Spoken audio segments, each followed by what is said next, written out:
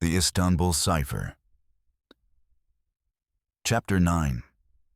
The basement tech room smelled like musty, damp concrete and teenage adrenaline. Emre had dragged in a battered standing fan from upstairs. It whirred in protest, barely cutting the heat. On the whiteboard, Layla picked up a thick red marker and drew a single, defiant line down the middle. "Everything before this?" she said, tapping the left side. That was Echo Istanbul. That was permission slips, grant applications, all that crap. She underlined the word before. Then she jabbed the right side. After. Now we're Cipher Atlas. No more waiting for approval. I leaned against the doorframe, silent. A month ago, they'd been pitching AR tours to a school board. Now they looked like a startup cell gone underground. Ayla crossed her arms. We go silent on socials. No hashtags, no buzz. Just encrypted pings and word of mouth. "Who's even watching us?" I asked. Sibyl didn't look up. She was scanning a yellowed city plan through the flatbed. Anyone who benefits from forgetting. Layla turned to Emre. "Show us." He tapped his laptop and the wall projector flickered to life. A stripped-down version of the app interface appeared. Sleek, bare bones, almost elegant. "Same core engine," he said. "But it runs peer-to-peer now. No app store, no server trail. And the encryption key? Buried in the overlay metadata. Even we won't find it again if we lose it." Ayla gave a low whistle. "You built a ghost app."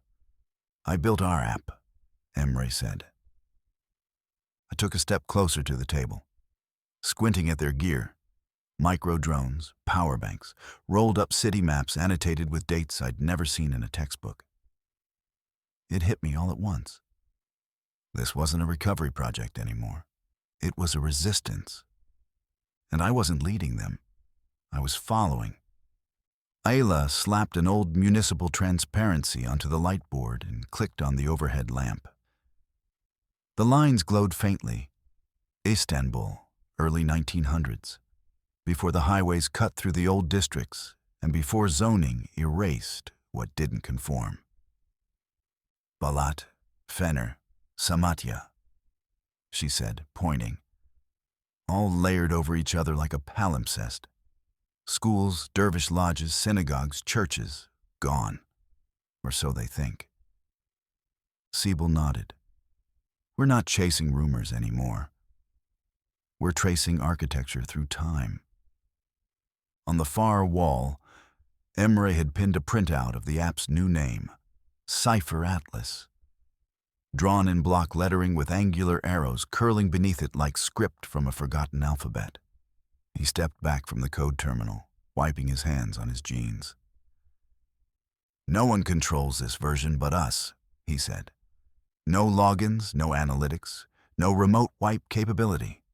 Just field scans, decentralized sync, and a backup key locked in cold storage." "Sounds like overkill," I said. He gave a dry chuckle. "You saw what happened last time. There's no such thing." Layla hovered near the printout of the new name. "It's more than a project now. It's an archive they can't burn." Sibyl stepped forward, holding a weathered envelope from her family's collection. She opened it gently, as if the paper might flinch. Inside was a photo, grainy, overexposed, but the silhouette was unmistakable. A stone arch embedded in a wall that didn't match the rest of the building. "Astvat Satsin," she said softly. "Holy Mother of God," they called it. But it was never registered. The name didn't survive. Just the photo. Ayla squinted. "You think this is one of them? A ghost site?" Sibyl's voice was firm. "It's our first." The room stilled. No one asked if it was safe. No one brought up permits. Layla reached for the city map, red pen poised.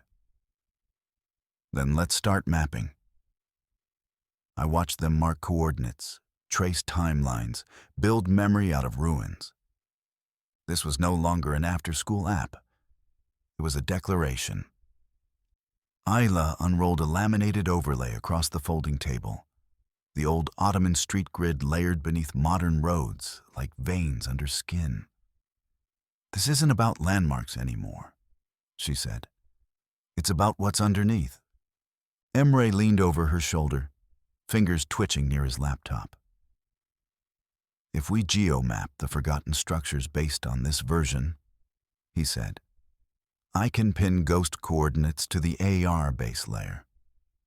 No one else will see them unless they're running our build.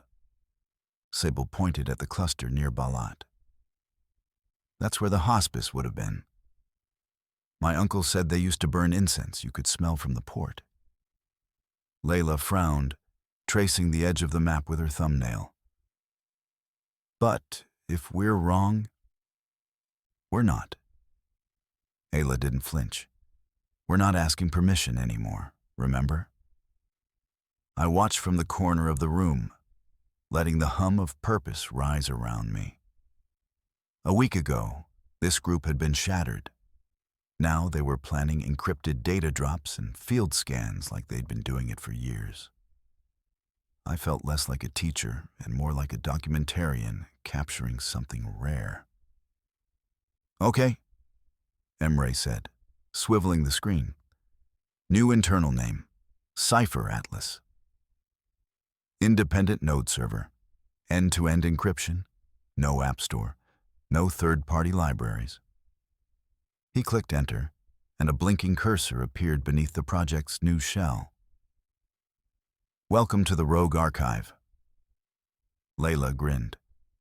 Then let's make our first mark. Sybil leaned in, her voice low but electric. We start with Balat. The tunnel, and whatever's behind that graffiti wall. Ayla nodded once. It's time to map what they tried to forget. The team scattered to prep gear, batteries, scanners, hard drives, backup phones. I lingered by the map, my hand hovering over the first pin they'd placed. Site 001. There was no approval form, no glossy poster, no City Hall endorsement, just memory, and the people who refused to let it vanish. We hit the edge of the Golden Horn just after dusk, following a barely marked path that led down behind a row of shuttered fish stalls. The air smelled of rust, brine, and old concrete. Emre carried the scanning rig in a hard-shell case. Ayla shouldered the collapsible tripod like a soldier reporting for duty. This place gives me horror film vibes. Layla muttered, flashlight beam flicking across damp walls. Sybil raised her phone, recording. That's how you know we're close to something real. We stopped at a graffitied wall at the mouth of an old railway tunnel. Most of the markings were tags and spray can stencils. But one caught my eye. Faded lines in red and black, arranged like layered sigils. Beneath it, almost hidden beneath a scrape of cement, were etched letters in Armenian script. Emre unpacked the scanner. We'll need full-spectrum imaging to get beneath the surface layer. Ayla set the tripod in place. We've got maybe 30 minutes before the light's too low for the outdoor shot. Let's work fast, Layla said. This might be the only clean entry point left. I stayed back, mostly observing. These weren't kids playing with gadgets. They were investigators, archivists, rebels. Emre ran a calibration cycle, then nodded. Rolling. The scanner pulsed in waves across the wall, its embedded sensors sweeping through decades of paint and dust. A shape emerged on the monitor, arched, irregular, but unmistakable. A keystone, Siebel whispered. Old religious construction used them to symbolize convergence. And this one was buried, Layla said. Not vandalized. Deliberately sealed. I took a step forward, heart thudding. Not from fear, but awe. This wasn't myth. This wasn't just story. This was evidence, rising from stone and silence. Emre saved the scan, encrypted it, and sent a copy to our secure archive node. Site 001, he said, confirmed. Ayla exhaled, shoulders unclenching for the first time all night. We packed quickly, eyes on every shadow. As we left, I glanced back at the tunnel mouth, half in ruin, half alive. You can bury truth for a while, I thought, but not forever. Back at the youth center basement, the mood shifted from adrenaline to intensity. No one spoke much as we transferred files and scrubbed metadata. Sybil plugged her phone into the workstation, then laid out 3 transparent archival overlays on the light table. These are from the monastery records, she said. They don't match any known buildings still standing. But look at this pattern. She aligned the scans we just captured with the overlays. Slowly, lines emerged. Text, geometry, layered references. Armenian, Emre said, pointing to the top edge. Greek, Sibel added, sliding the bottom half into place. And Ottoman Turkish down the center. Ayla leaned closer. This wasn't a shared wall. It was a shared message. Or a warning, I said quietly. Siebel tapped the screen, zooming in on the overlapping phrases. Each verse is spiritual. Not scripture, more like mystical teachings, about unity, memory, mercy. Syncretic traditions used poetic inscriptions, I murmured. Blend of Sufi metaphors and monastic chants. This is rare. Emre began coding an animation loop. What if the AR reveal unfolded like a scroll? Unrolls the mosaic verse by verse, language by language. Slow reveal. Ayla nodded. Let people sit with each layer before it shifts. Layla scribbled in her notebook. Call it the trilingual mosaic. I looked around the room, scattered with chargers, crumpled snack wrappers, dim LED panels casting odd shadows. No grant funding, no mentors from universities, just them. They've crossed the line, I thought, and they're not looking back.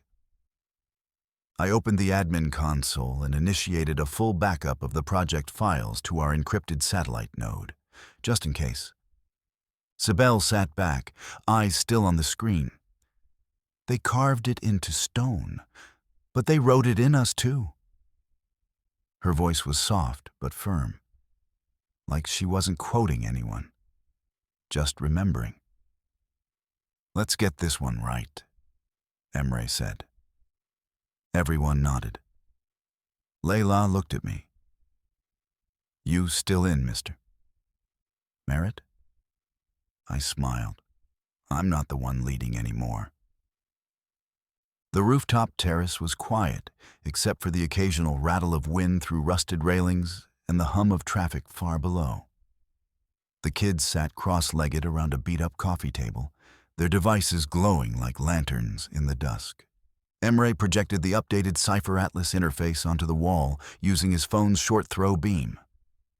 The screen was simple. Black map, gray city grid, no labels. Just a single pulsing dot near the Golden Horn. Site 001, Balat Syncretic Tunnel. Layla pressed a key. A soft chime sounded as the dot brightened. First entry confirmed. Siebel added her scan next. A layered verse etched onto a wall panel in 3 languages. A second dot blinked into place. Then Ayla's, the graffiti near the broken hospice arch. Then Emre's fragment of a collapsed wall scroll. The map lit up, 4 points, a constellation only they could see. No names. No commentary, Emre said. Only coordinates and the overlay render. We let the place speak for itself. Decentralized upload protocol is live, Ayla added. Encrypted, non-indexed. Anyone trying to track it has to find the app first. Layla's eyes glinted with something I hadn't seen in a while. Not defiance, not optimism. Resolve. They tried to erase memory with silence, she said. So we speak without asking. I sat on the edge of a rusted chair, watching them. Siebel's steady gaze, Ayla's taut focus, Emre's quiet pride, Layla's fire rekindled. There was no applause, no press, just grit. This wasn't a school project anymore. This was a rebellion. I opened my notebook, the one with smudged margins and notes from a dozen failed teaching experiments. I wrote 1 sentence. They are no longer searching for approval. They're building memory into the code. My phone buzzed. A message. No sender ID. You've crossed into curated silence. Turn back while there's still a path.